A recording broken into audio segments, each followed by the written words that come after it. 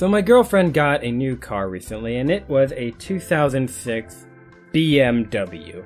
Now, I personally drive a 2006 Chrysler, so being able to look at a standard vehicle and a BMW of the same year was very interesting, seeing how different it was. And this makes sense because the BMW line are luxury vehicles, they always have been. And of course there's going to be a lot of very interesting, albeit unnecessary changes to these vehicles. Like, for example, I drive a 2006 PT Cruiser because I'm apparently a 16-year-old girl in Miami, and it doesn't really have that many interesting things about it. The sunroof is probably the coolest part of it. Otherwise, you have to move the seats yourself. It has a radio, a CD player, and a port for an auxiliary jack. But otherwise, that is about it. There's nothing really pizzazz about this car, nothing zesty. Whereas this BMW of the same year is chock full of features that just improve the quality of driving. Like a built-in infotainment screen, GPS functionality, heated seats, backup cameras. It even had Bluetooth connectivity. Something that was actually pretty uncommon for the 2006. All sorts of things that made it a luxury vehicle. But I noticed a lot of these features are not really that much a luxury anymore. So if I was to take, let's say, a Honda Accord, the most basic vehicle there is, the ham and cheese sandwich of vehicles, very bland, very normal, doesn't really stick out. A 2014 Honda Accord. That is going to have all of these features. An infotainment screen, GPS, Bluetooth, probably a rear view camera. I don't know what the Hondas offer right now. But these are a lot of standard features of this standard car, which by that logic should make the BMW not luxury anymore, except that was 10 years ago. Nowadays we have new features that are even more outlandish sounding than what we had before. We have self-driving cars, auto-braking cars, cars that can change how high they are so you don't have to deal with speed bumps. Teslas themselves have been doing all sorts of crazy things, but they found new ways to make luxury vehicles more of a luxury car. And it makes me wonder, what will be normal in 2025, for example, as opposed to what will be a luxury?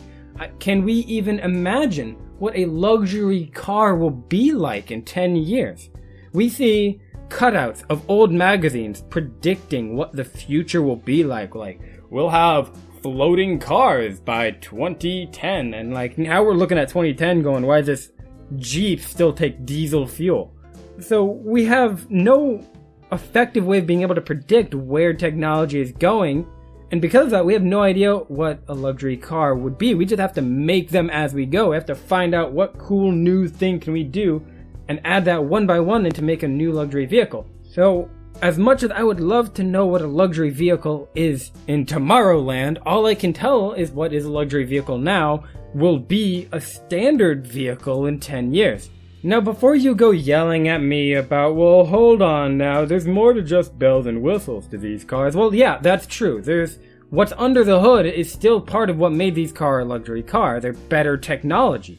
Except better technology in 2006 may not be better technology now. I'm seeing vehicles right now that are pushing over 1,000 horsepower out of them right now. And if you had gone to somebody 20 years from now going, hey, this vehicle has 1,000 horsepower, it can hit over 250 miles per hour, they would say, wow, how is that allowed anywhere in the world? They would think it is some kind of monstrosity vehicle built for rocketeering. But that's something that is a road legal, achievable vehicle. That's the name of my new band, Road Vehicle. I digress. The fact of the matter is, as technology advances, our idea of luxury advances. So, luxury is just a current time label, and that's not gonna mean the same thing it meant, 5-10 years from now. And as a man on a budget, that's actually a bit reassuring to me. Do I buy the nicer car right now, or do I wait 10 years, save that cash, and get all that cool stuff the same way, for probably less, maybe more because of inflation, but I'm not an economist.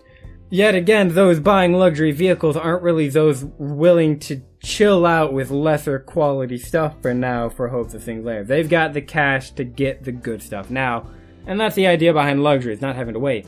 So this is just something to consider when next time you hear somebody talking about how they've gotten a new luxury car, what time it came from. Because a luxury car nowadays may not mean the same thing as it did 10 years ago, and it will not mean the same thing that it does 10 years from now. Just some fuel for thought.